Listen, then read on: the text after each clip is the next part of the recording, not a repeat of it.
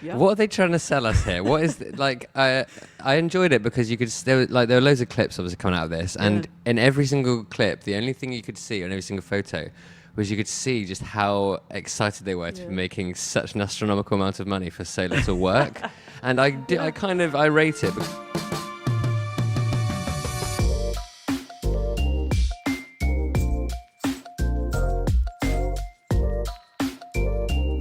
Welcome back to the Spin Cycle podcast. I'm Johnny Long. Kaylee Fretz is somewhere. I kind of lost track of him. He's 15 hours behind me currently. Today on the show, the relegation showdown went down to the wire. The inaugural Andorra Cycling Masters was quite something, and it was a good week to be called Paul. Let's get to it. Dane Cash, welcome back. Johnny. Happy Hello. Monday. Yes, happy. Is it Monday where you are? For the next 56 minutes, yes. Happy Good Monday Lord. into Tuesday for you there.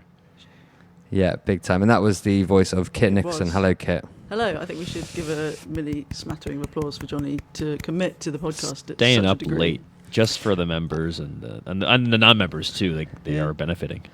I pulled a move today at the airport because I had an hour and 20 minutes for my transfer that I've never pulled before, which was instead of queuing in the security line, you find someone and tell them I need to get through now.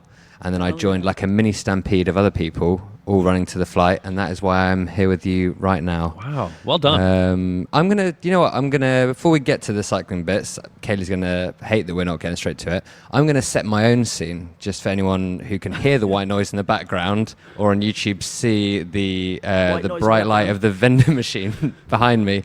I'm currently in the basement, not of my own abode, which used to be the case. I'm in the basement of a capsule hotel in Tokyo, where apparently I'm allowed to podcast. So I had to come halfway around the world to find somewhere where I didn't have to podcast outside if I wasn't in my own home. So shout out Japan. Back to the cycling. Relegation. Well, not relegation's over. The season is over. Season is over. Congrats, Finally, 2025 officially. season. Yeah, so long. Only 93 days, I think I calculated earlier, until the Tour Down Under, unless you're a cyclocross person. If so, feel free to DM for a link of, helpful helplines and other things to occupy your time. Kit, you were on the beat for the points race to the bottom over the weekend. What did I miss? Yeah, well, I was actually slightly caught by surprise at how close it got, because it was always fairly close. Actually, UniX only really started chasing imminent promotion earlier this season, and when I say earlier this season, I mean this summer, which was not that long ago.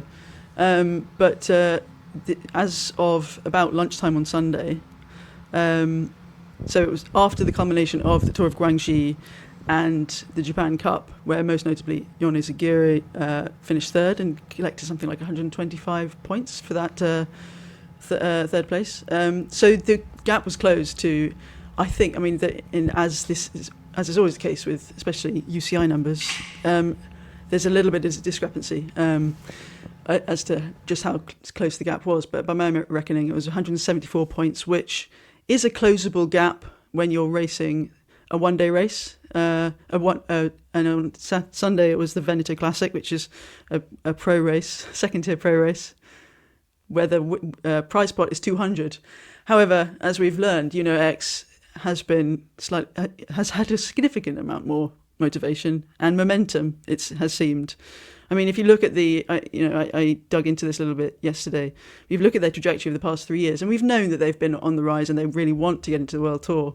They've increased their number of points by about 2,500 each season for the past 3 years, and they, as opposed to Cofidis, which has been slightly drooping in that regard. Yeah, the graph is it's sort of an inverse situation. Yeah, exactly. UnoX on the rise. And just as a sidebar, if we in this kind of UCI points storyline, XDS Astana, 10,000 more points this year than last year, which is completely bonkers, but congratulations. But so anyway, ultimately, we had the Hollywood ending where both the Johannesson twins, which is slightly spooky, got injured in the build-up to the last weekend, and they were both, they were good climbers, good punchy riders. They probably would have hoped to, fill that top 10 with point scorers. And so it was down to this kind of closable margin, but unfortunately it was Dylan Toombs against the world. And a UNOX rider, Sicarius Lowland, won his first pro race, which is very cool, at Veneto Classic. And that was on the same day as the Chrono des Nations, which is a very amusing time trial, which I would be interested to see the viewership figures, because I imagine they're low. But it was a very good quality field. But Søren Warrenskjold, who got engaged this summer, he and his fiancée had planned a holiday in Miami this week. But Thor Hushovd got on the phone to his time trial Supremo and winner of Omloop and said, "Buddy, we need a 5th place." So he cancelled his holiday. Wow. Okay. That's dedication.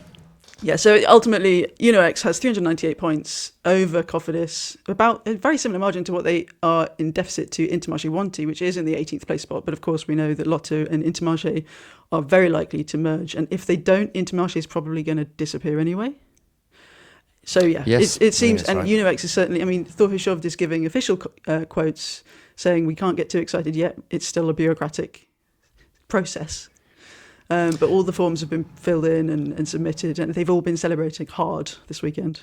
Well, yeah, I mean that is the key thing here, is that there's an extra spot. Like when we were writing these stories the past True. 2 years, really, I wrote a story like mid last year about this whole thing, and how I think the thesis of my story last year was that Astana was screwed. Toast. They had no chance.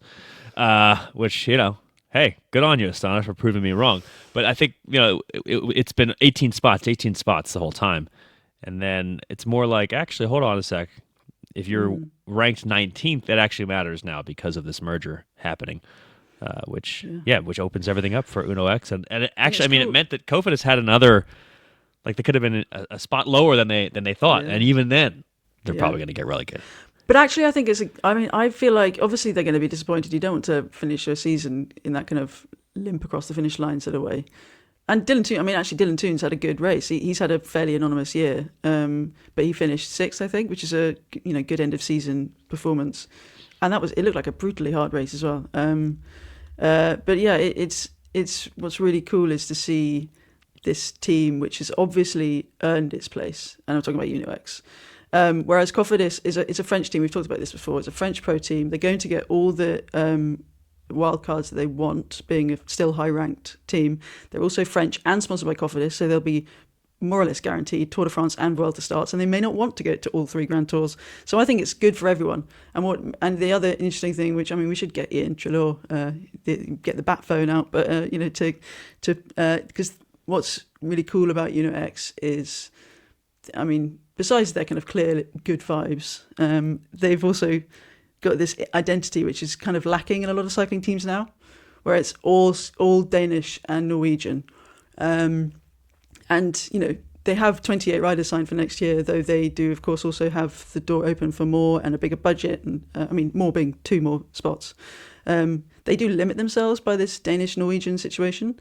However, they did rank 11th overall for this year out of all teams, so they put 8 established world teams in their dust. So they'll be fine. And they've also said, Hushovd said that he's been courting foreigners.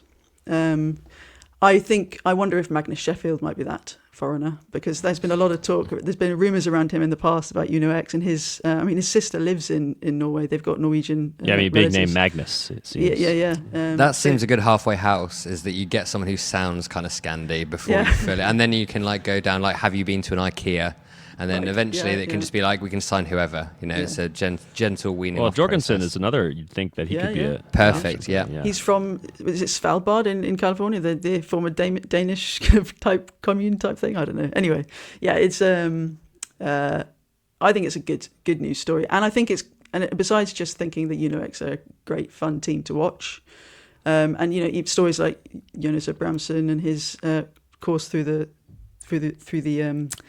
the pro ranks, and Christoph, of course, and Magnus Kort, and then these younger riders we're getting to see now because they're getting in front of everything.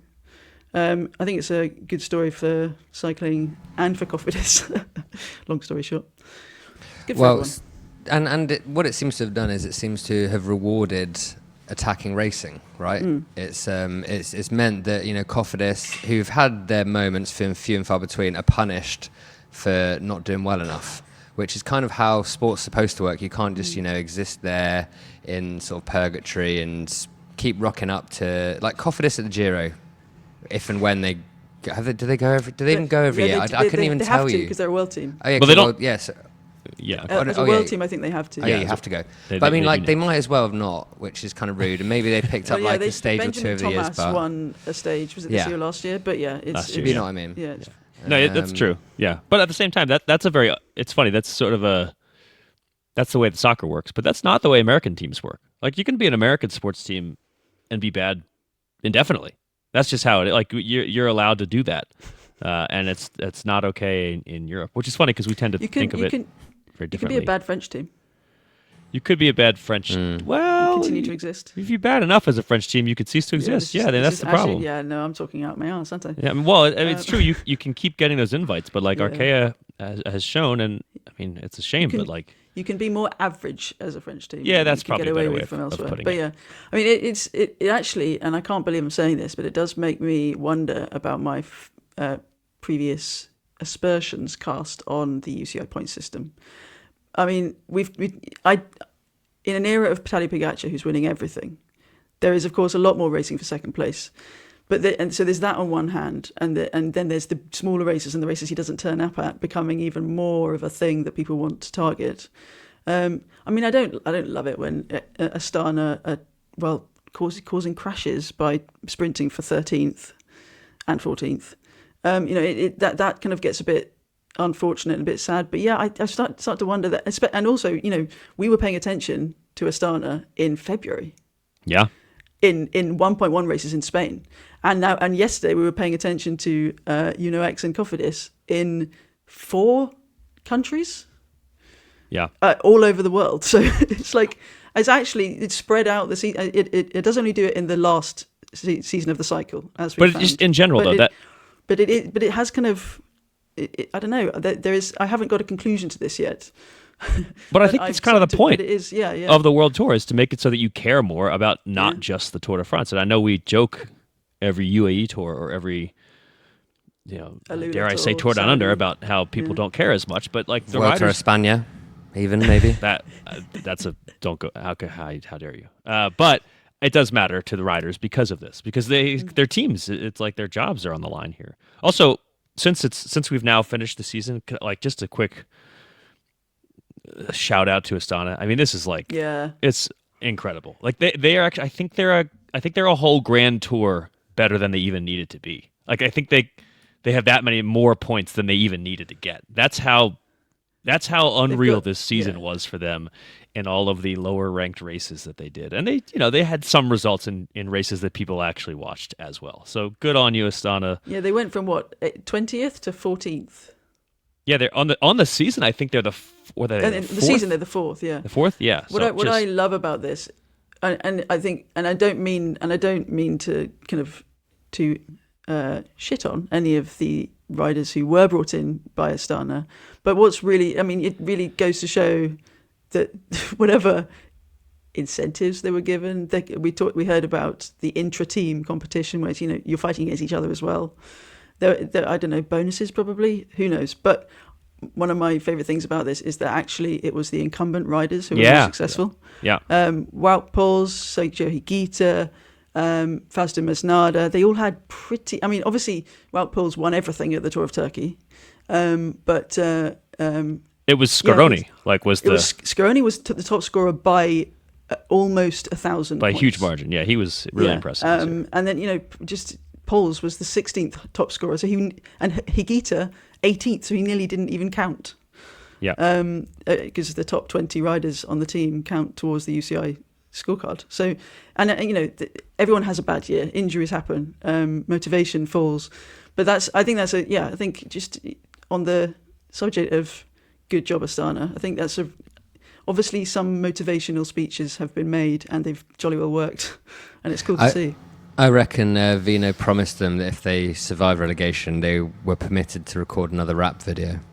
That surely is the only answer. Looking forward to that. Or permitted to skip another rap video? Well, yeah, maybe that too. But, there must have been something that motivated them this year as opposed to the previous couple. I mean, maybe it was not having to base your Well, entire the season absence of around Cavendish. Mark Cavendish and 5 days in July. Maybe that could do wonders for morale. Well, the funny thing and- for hold like on. Matteo Malicelli, who like won a bunch of the smaller races, he's coming from. He was one of the new riders this year, and he was coming from a continental team where like he won multiple stages at Langkawi last year. He went to the Tour of Japan last year. So his 2025 season, in terms of like what the travel looked like, actually not all that different going to Astana. So they brought in an expert at winning something like the Tour of Taihu Lake. So that's good on them. That's Well, smart and it's as the well. same for Poles going to a smaller stage race and sending what other teams would call an A team to a smaller race. That has been their purpose this year, which is easy to say. Well, and I have said it. I'm absolutely confident on this podcast. I've said, well, why can't they just turn up to the big races, or at least leave something for the smaller teams, because that's what those races. It's not what those races are for necessarily, but it is where the smaller teams are going to get more of an opportunity. But it's also Cofidis could have sent A teams to those races. Exactly. Maybe they did even. So it's a strategy thing that has clearly worked for some, and maybe some complacency. I mean, I don't want to assume anything, but there's clearly been some very clear strategy going into this. Well, I think it's a success because for once on the podcast, we're not talking about a Tadej Pogacar, Remco Evenepoel, Isaac Del Toro, Jonas Vingegaard. But unless we've got anything else to discuss about the relegation, our next item on the docket is about some of those guys. Big stars. Big stars at the inaugural Andorra Cycling Masters, a name which doesn't necessarily roll off the tongue. Nope. Sounds a bit tennis to me. Yeah. No, that's a It does a bit, problem. doesn't it? But I don't Yeah, want. it's kind of I a don't want. problem. I don't want tennis in my cycling. This is like Kaylee putting orange juice in his cornflakes, which he does do. It's just wrong. It's wrong. That's very strange. Even if you've done it since you were a child, doesn't matter. So we had the Andorra Cycling Masters. Primoz Roglic, Isaac Del Toro, Tadej Pogacar, Jonas Vingegaard, all kind of racing each other. Not really. Yeah. Kit, Remco you was were. apparently, I was. I mean, I kind of missed it. I didn't realise it was starting at 9 bloody a.m. But which is 8 a.m. for me. Well, when you're getting paid 150 grand, I mean, you wake up at whatever time they want, Well, yeah. So it was two. I don't even know why I'm really summarising it like a race, but it was 2 parts. It was an uphill time trial and a mini criterium in Andorra la Vella. I think Vella, Dane. It's not Spanish, so I can't answer enough. That. But yeah, so essentially, I think it's Vela, all right? yeah, Isn't okay. it? Yeah. Let's go. Yeah. Let's go. Yes. Confidence. But yeah, so I think the main draw was it's an Andorra cycling tourism Andorra tourism situation. They want to bring more. I don't know. They want to bring more interest. More cyclists. I thought there were already a bunch of cyclists there. Notice my hesitation. Yeah. But also they wanted to have these 4 or 5 of the biggest names. Remco Evenepoel, they couldn't make the dates work, apparently. And they wanted a team-free race up a mountain and then around a criterium course. Only 1.5 kilometre course, so it's like 15 times around. So lots of opportunities for fans to see their favourite riders on a pootling ride on a Sunday morning. So the most interesting part, I think, was the time trial, the uphill time trial of 8.53. It's a horse category climb that's been used in the Vuelta, I think the Tour de France a couple of times. They're called the La Galina. It's not an easy climb, and they basically just did a straightforward hill climb. And Roglic won by 20 seconds over Pogacar, with Del Toro, I think he was 150 down on the winning time. Vingegaard was 345 down. Which I felt like was more a death knell for the event than for Vingegaard. Because Did he keep his massive coat on? Was that his what held him back? His Arsene Wenger coat? Yeah. And then the criterium thing, which our Andorra correspondent described as the weirdest thing, was they all came together. I mean, I think there were a couple of breakaways and whatever, bits and pieces happening on the course, but they all came to the line together. Vingegaard didn't even try. As Del Toro beat Roglic in the sprint with Pogacar just grinning his face off behind them. Roglic won overall, got a ludicrously large trophy and a jersey for his troubles. But yeah, I don't know. It's looked very strange. The vibes were all very awkward. But did you appreciate how they really tried to sell this one by doing like a photo finish bike throw? Like that does take some skill to try and keep it that close. You have to give the Andorran cycling masters that, no? Well, I don't know. I don't know what to think really.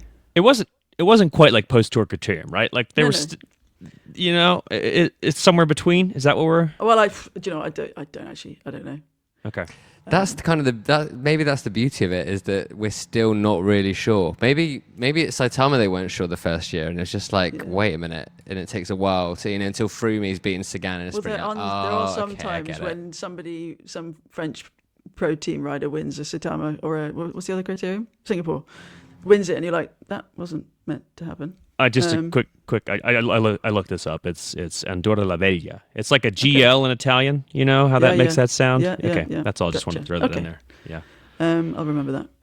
Yeah, I don't know. I mean, we should point out that I think perhaps the most important thing about this event, it seems from the organisers, the amount they talk about it, is that there's going to be a documentary, and it's going to be on one of the major platforms by the end of the year, which is brilliantly vague. If it was going to be on one of the major platforms, they'd already know by the end of the year. YouTube, does YouTube count? Maybe it counts. Probably. Yeah, it's going to be self-published on YouTube, isn't it? Yeah. Tubi. There's a lot of these like channels that are on my TV that are that I'm told like, hey, you can watch this on here, and I'm like, I've never heard of this channel. It's going to be on one of those probably. Yeah, probably.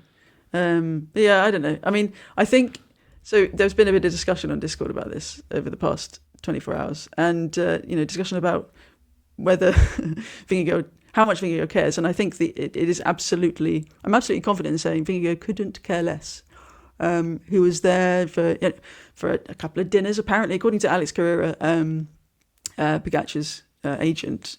They all sat around the table and had dinner together, which never happens at the Tour de France. Like, yeah. What are they trying to sell us here? What is I enjoyed it because you could there were loads of clips obviously coming out of this, and in every single clip, the only thing you could see on every single photo was you could see just how excited they were to be making such an astronomical amount of money for so little work. And I rate it because obviously they're all very independently wealthy themselves. But they work extremely hard for that. So I'm kind of glad that they get one, this is like a stand-up comedian getting invited to do like the double glazing awards Christmas show or whatever. Or, it's a night off. It's a good money day. Some corporate douche inviting a rapper to his house party. I don't know. I mean, I think you can't, I don't know what the future of it is the thing, because you can't do the same documentary every year. You can't really have Vingegaard turning up and just not doing anything if you're supposed to be doing the cycling masters. Otherwise, you just do a gala dinner. Do they change the route a little bit, make it? Well, I think what they need to do is get the top 10 of the Tour, because then you get people like Tobias Halland Johannesson or Kevin Vogelin, who actually will want to try and beat these guys, even with the kind of massive asterisk of nobody's trained for this, nobody cares. Well, but these guys will be like, no, but this is this will be a bit of fun, and we can actually, provide some jeopardy. I mean, to go back to what we were talking about earlier, if you want people to care, just make it a UCI race. I mean, I know that's funny to say, but that will not turn up. I don't know. I mean, Asana will turn up in force, right? Yeah, true. So, for the time trial one, surely do like Pogacar would start last and have to try and chase everyone. Yeah. That's what I would want to see. That should be all time trials, to be honest. Any other thoughts on the Andorra? It's kind of the perfect way to wrap up the season, I think. You have like the crunch time of the relegation and like this real sporting intrigue that you sort of managed to like half organically manufacture, if you can manufacture anything organic. But then at the same time, it's like, no, here's like this preposterous, moneyed Andorran event. At least it's in Andorra. Events like this often happen in states with less savory records of human rights. So at least this one is in Andorra. Worst thing about Andorra...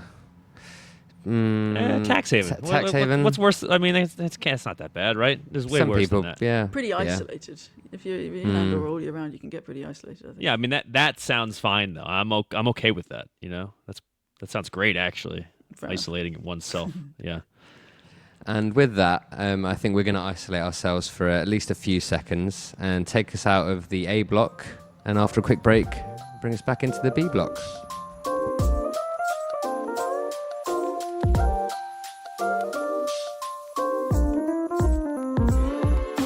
Welcome back. Dane, Kit, if you had to have any name for the past week, tell me a better name to have had than Paul. Because I can't think of one. It's been a week for Pauls. Sicarius is a good name. That's a great name. Sicarius is a great name. But you only Where's get that? one win. That only gets you one win. Oh, wait, what? The Veneto Classic was won by a fellow named Yeah, Sicarius. no, I was just trying The to find out UNOX the guy? one. No. Yeah, the UNOX guy. Yeah. Yeah. Okay, yeah. Yeah. I mean, obviously it's Paul. Yeah, right? it's obviously Paul. It's a gotta be great Paul. one. You just broke my Yeah. brain there with a name I could not compute. Yeah. But Paul, a name I do Paul. know. Yes, you did. It's an old one. It's been around for. I mean, actually, It's a good- probably it's- I- Sicarius has been around for a while. I mean, I think it was Ian talking about the prevalence of names in cycling, or somebody had asked him the question on Discord. I don't think there are many Pauls, are there? In fact, maybe there are I only think two. we were actually trying to figure this out the other day. Well, it's also one of those. It's got its own form in different languages, right? So Pablos. There's a lot of Pablos. That Then is you're true. increasing the But yeah, it doesn't have the same. You don't have that many of them. But you got two, and they did everything right 2 races. at Johnny's last race of the year. Yes, we had Paul Magnier win the first 4 sprint days and then hand over to Paul Double for the uphill Guangxi's answer to Alpe d'Huez climb to Nongla. And then handed it back to Paul Magnier for the last stage, which was almost an exact replica of the Tour of Slovakia, where they only had 5 stages, but it was 4 for Magnier, followed by Paul Double. So that was very pleasing. When I Google Guangxi, there are some just absolutely stunning photos. And Johnny, you also sent me an image as well of these beautiful steep mountains just sort of rising up right out of the otherwise kind of flat terrain near them. But it seems like there's quite a few of these steep hills.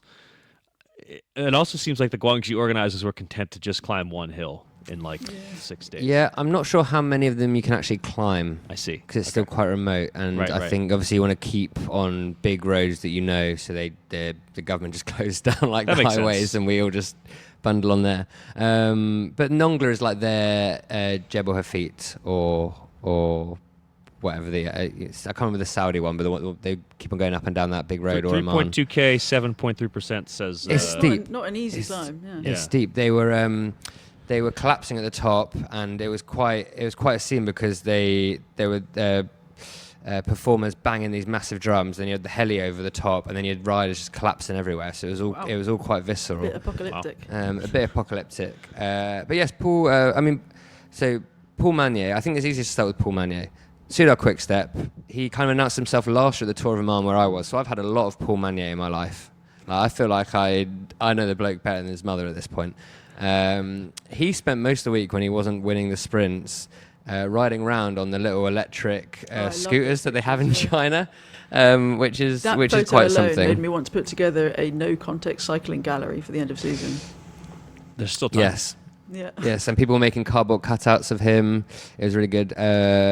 Paul Double, on the other hand, a very polite and properly spoken Yes, he's from Winchester. Englishman. He's from Winchester. Big up Winchester. That's where I Big where up. I grew up. Big up Winchester. Wessex. Is Winchester, is it Jurassic Coast or not? Not Is quite. it not that far? It's Oh, inland, but it's Okay. yeah. No, I it's was there, Lovely part of the world. I was there just before the classics, actually. Look at this. Look at all this. Everything loops together. Paul Double, great result for him. I think his first World Tour stage and overall win, like 5th and 6th win of his career, maybe. Fourth and fifth win of his career. Oh, fourth and fifth. unless you count a 2.2 race or a 1.2. Yeah. So professional wins, all 5 Okay. this year. Yeah. Very well done. The main difference between Paul Magnier and Paul Double was they have a gala for the end of the Tour of Guangxi where everyone goes to have some dinner.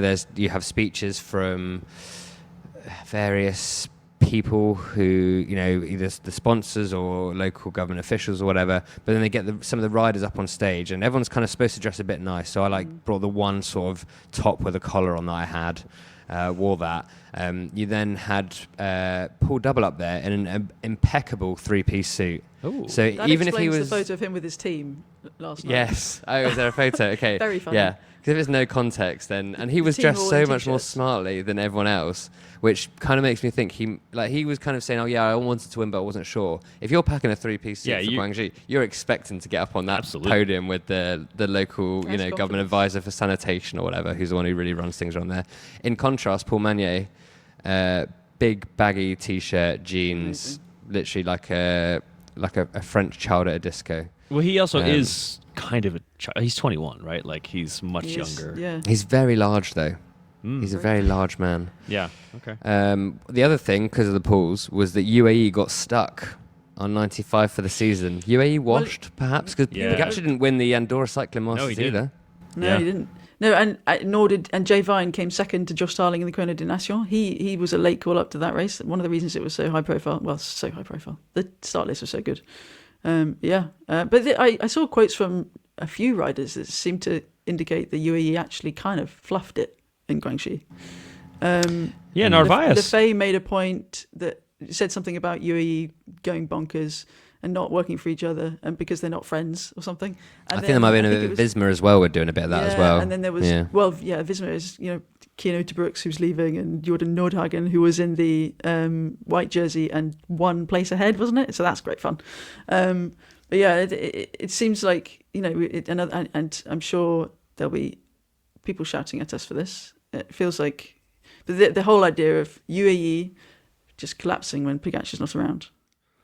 And it seemed kind of like, I think Paul Double said that the UAE had just been attacking and going bonkers on the lower slopes of the climb. So when he attacked, he was just like, that was done. It was easy. I don't know. They've all had a long season. And Narvaez and Groschartner, two of the biggest riders on that team in that start list, were very late additions from what I could understand. So Narvaez won the Tour Down Under, by the way. Yeah, That's a long season. Yeah. Yeah, it's also a shame that he didn't win, because then we could have given him the nickname the Bookender. Well, like Which, Lennart van Eekveld, who did yeah. UAE Tour in Guangxi last year. Perfect. Yeah, but that's slightly Slightly different. Eekveld didn't get invited to the Tour Ouch. because he's pro tour. El sujeta libros. That's a bookend. Well, and you also obviously UAE had Jan Christen at Guangxi, who's the next in line to the Ayuso throne. I saw quotes from him last week saying he's won too much now, so people are watching him. Yeah. For you. So Ayuso coded, it's unreal. Did you talk in a podcast, maybe last Monday's podcast, about Juan Ayuso going to Putt Shack in Miami? You did talk about that. See that. It's on the run sheet. Anyway. Juan Ayuso, you reminded me, Kit, because you were saying how Warrenskold was trying to get to Miami, so I was wondering if he had a play date with Ayuso at Putt Shack. But Juan Ayuso has been in Miami on holiday with his pals. Went to Putt Shack, which, if you don't know, is sort of like a gentrified mini golf thing. Mini golf can be gentrified. I've just decided that, and I think it's true. But the main thing about that is that Juan Ayuso won the mini golf, and I wonder if his friends had to let him win. But he also made his username, because it's like bowling, we have to put your name on a little kiosk computer thing. His name was Happy Juanito. So was that the final barb of the 2025 season to UAE Team Emirates? Because I think it sounds like that. Just something to on Ayuso, when I did the 10 questions with him, like, what was this, a year and a half ago now? One thing that he told me, one thing that I ask most of the people that I do the Q&As with is, have their friends who describe them, like not involving bikes, like describe yourself but not involving. And Ayuso's answer was that his friends would say he's extremely competitive at everything, and that no matter what it is, he tries to win. So that doesn't shock me that he would win the mini golf. This is how he is. Someone who's not like that is Victor Lefay, who we're not sure if he's retiring. He's still 50-50. Asked him at least a couple of times if he was 50-50. First time he said he's 50-50. The next time, after he'd had basically on the final stage of Guangxi, he did a little hit-out attack, which was sort of like, just feeling the sensations one last time. His team then actually bothered to come up and watch him on the podium, whereas Jaco Alula could not have got out there quick enough. And it's a bit like, it's a bit harsh. Like, Paul Double was just taking his first World Tour win, like kind of dug you guys out of a hole, really, because if you're in Guangxi and you're not, you're doing something a little bit That wrong. team has not had a great year. Not had a great year, so you'd think you'd want to maybe soak it in a bit, but no, they were straight off back to the hotel, which I thought was a little bit harsh and spoke to some of the vibes within that team. But then Victor Lefay said, we asked him again after the end, so with all these maybe suggestions that he might be retiring, we're like, so are you still 50-50 or has the percentages changed? He said, well, if you noticed, I wasn't doing the sort of spinny wheel retiring thing at the start of the stage alongside his teammate Nans Peters. And he said, at the same time, I'm still 50-50 and I'm going to decide like next week. He's very philosophical. He had a good time around Guangxi. Yeah, he said in that walking around piece that they'd gone out every night. They were out every night, apparently. Out. I don't know what walking out around. means, but depends where you were, but like in Jingji, there's like an ancient city which you can. They went there twice, apparently. But Victor Lefay in an ancient city. Yep, but Tell then me Dane, give it a Google. Did he have his pike staff with him?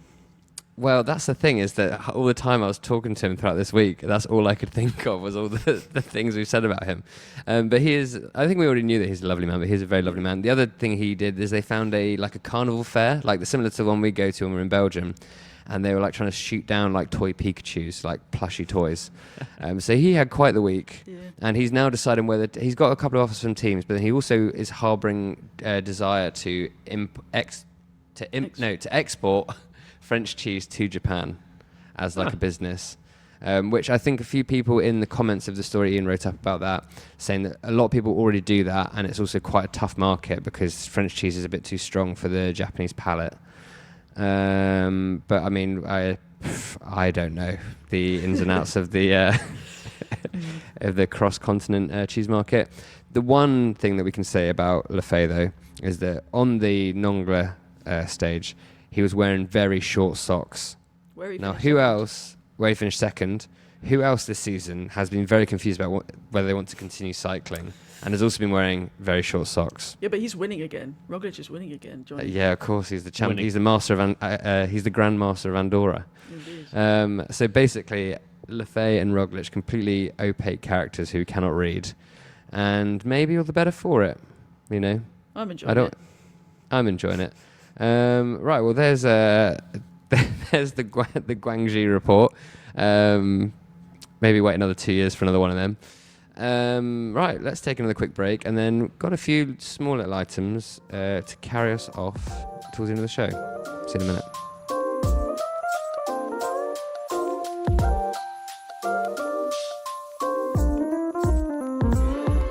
Welcome back. In the brief break there, Kit asked, had we seen a photo of Paul Double and his dad on a tandem?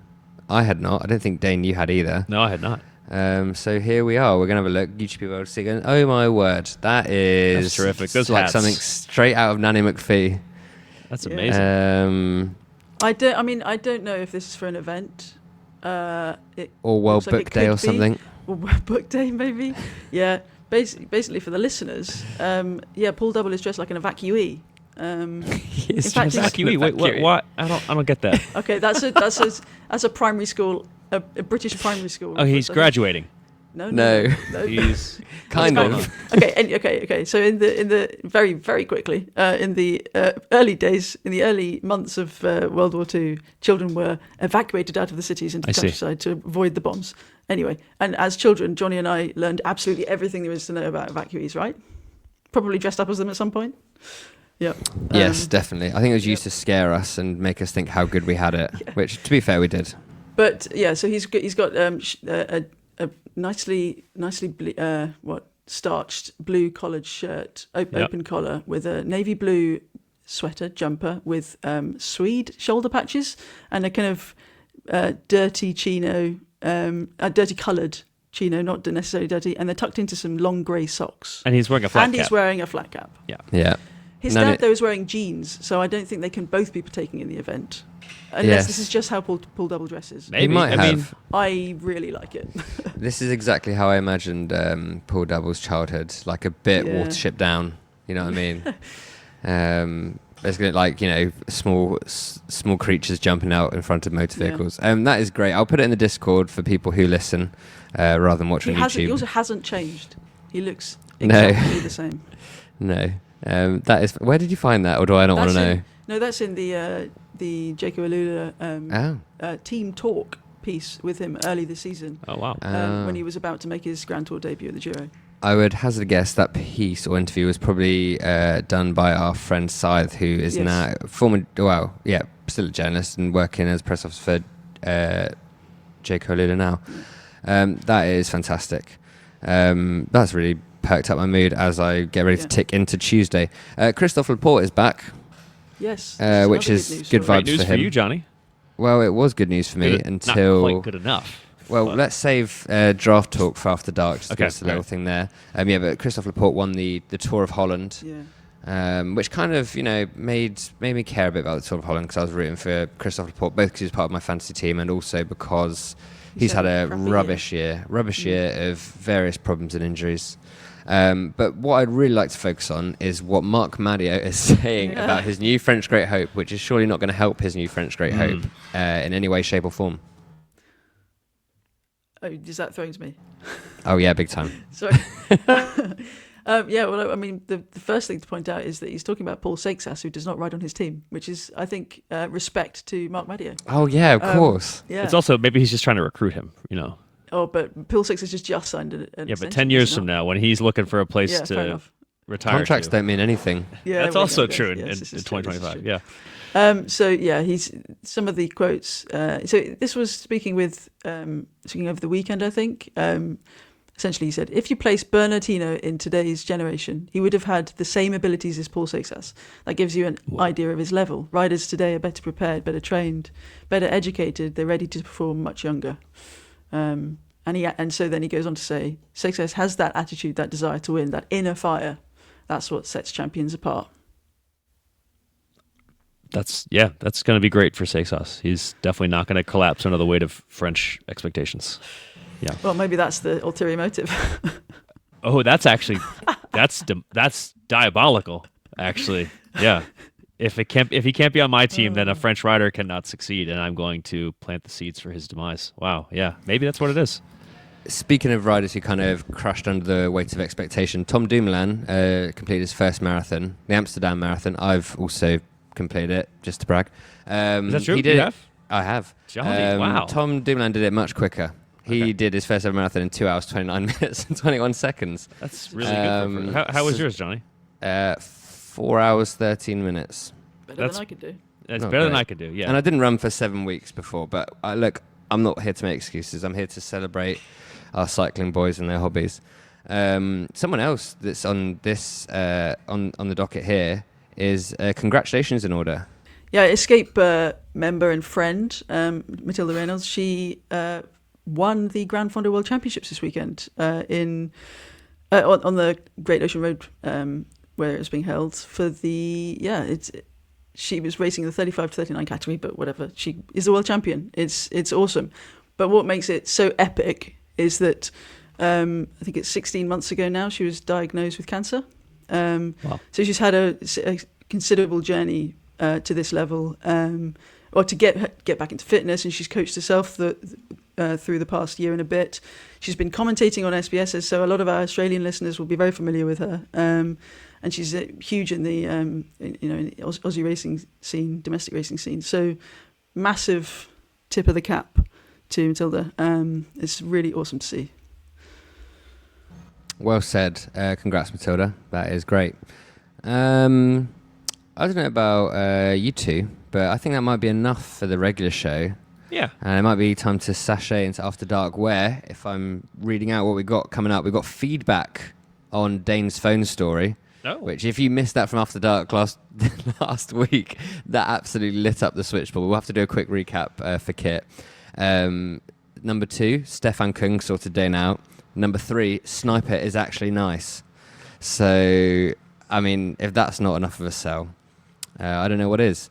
I would like to thank both of you two for turning up for this podcast and being so I don't know, charming, humorous, informative, and for putting up with the constant array of people I found walking that behind charming, me, actually. slamming doors, getting things out of the vending machine. But that is, that's just where we are right now. I love the ambiance. I thought it made it a special podcast. I don't know that I've heard that many cans opening in the background. So that's really The thing is, there's no one here really, because otherwise I'd feel too much shame as like a regular human being. Yeah. You either need to have nobody around or be at a crowded bar. You can't be in like an in-between zone. Yeah, I'm in like, is it called a liminal space? Yeah. That's kind of what that's what I'm in now a bit. There was also a man who was having such a coughing fit that I thought I would have to like put the mic down and go and help him out. The But Heimlich maneuver. yeah, kind of. But he seems he's either dead or fine. So I guess I'll find out. But no, if you're not staying around for After Dark, I mean, if you're not, then you should sign up escapecollective.com/join. I'm pretty sure it still is, probably still works, or /member. Figure it out. For everyone else, here is After Dark. Goodbye. See you all on Friday.